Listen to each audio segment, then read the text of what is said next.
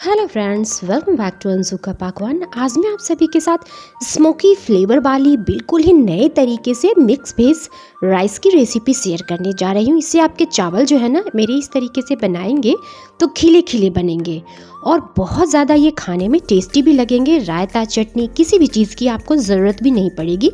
तो smoky flavour वाले rice को बनाएंगे तो प्रेशर कुकर में, पर बिना ढक्कन लगाए हुए। तो चलिए इस रेसिपी को शुरू करते हैं। मैंने यहाँ पे लिया है चावल, तो चावल हमें यहाँ पे ले लेने हैं। तो मैं यहाँ पे 1 कटोरी चावल ली हूँ।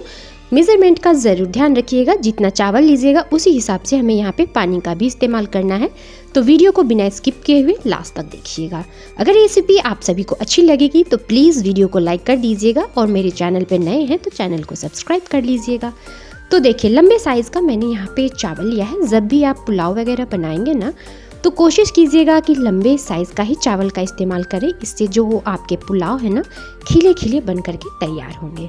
तो मैं इसे अच्छी तरह से वॉश कर ली हूँ चावल को।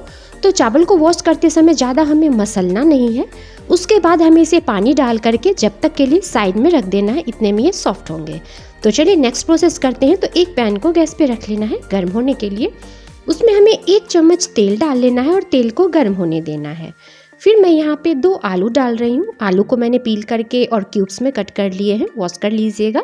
और इस तरह से मीडियम साइज़ का क्यूब्स में आलू को कट करके हमें बिल्कुल क्रंची होने तक भून लेना है। देखिए, ऊपर से आलू जो है ना बिल्कुल गोल्डन कलर का हो जाएगा। तो चलिए अब इसे हमें निकाल लेना है।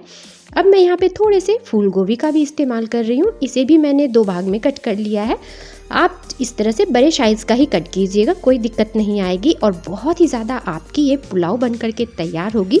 सब्जी वगैरह बनाने की आपको कोई ज़रूरत नहीं पड़ेगी, न चटनी की ज़रूरत पड़ेगी न रायता की। पर दोस्तों, आप चाहे खाना इसके साथ चटनी रायता तो वो भी बना सकते हैं।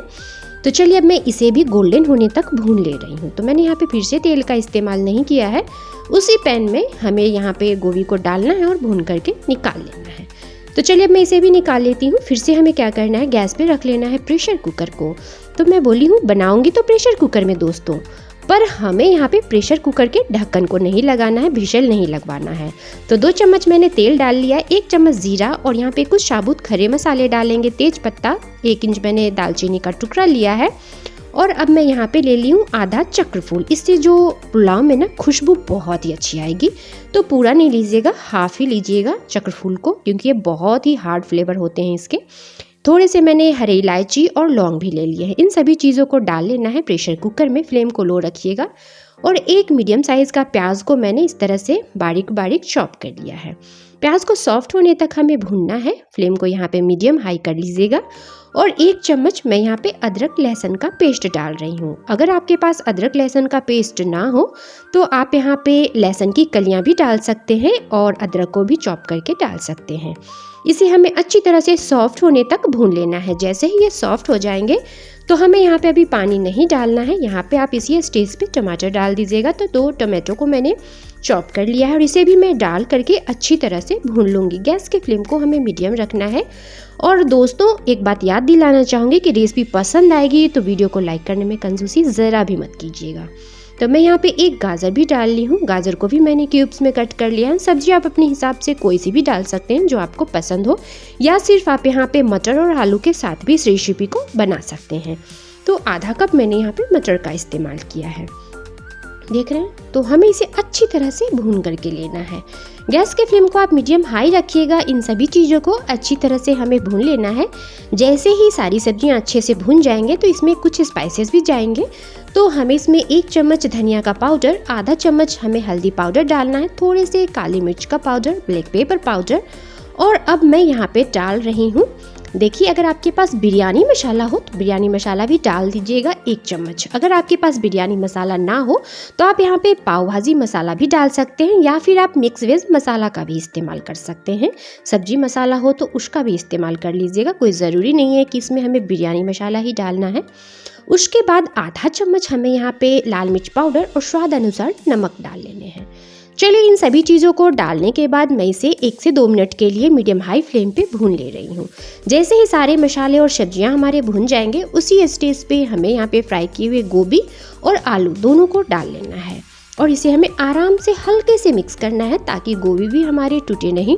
तो चलिए मैं इसे अच्छी तरह से पहले मिक्स कर ले रही हूँ। देखिए जैसे ही ये सब्जियाँ एक दूसरे के साथ और मसाले घुल मिल जाएंगे तो उसी स्टेज पे फ्लेम को आप लो रखिएगा और उसके बाद हमें यहाँ पे चावल को डालने हैं। तो देखिए चावल भी इतने में सॉफ्ट हो जाते हैं। तो प्रेशर कुकर के ढक्कन को बिना लगाए हुए ही इस रेसिपी को आप बना करके तैयार कर सकते हैं। तो चलिए अब मैं यहाँ पे चावल के पानी को निकाल करके और फिर चावल को इसमें डाल दे रही हूँ।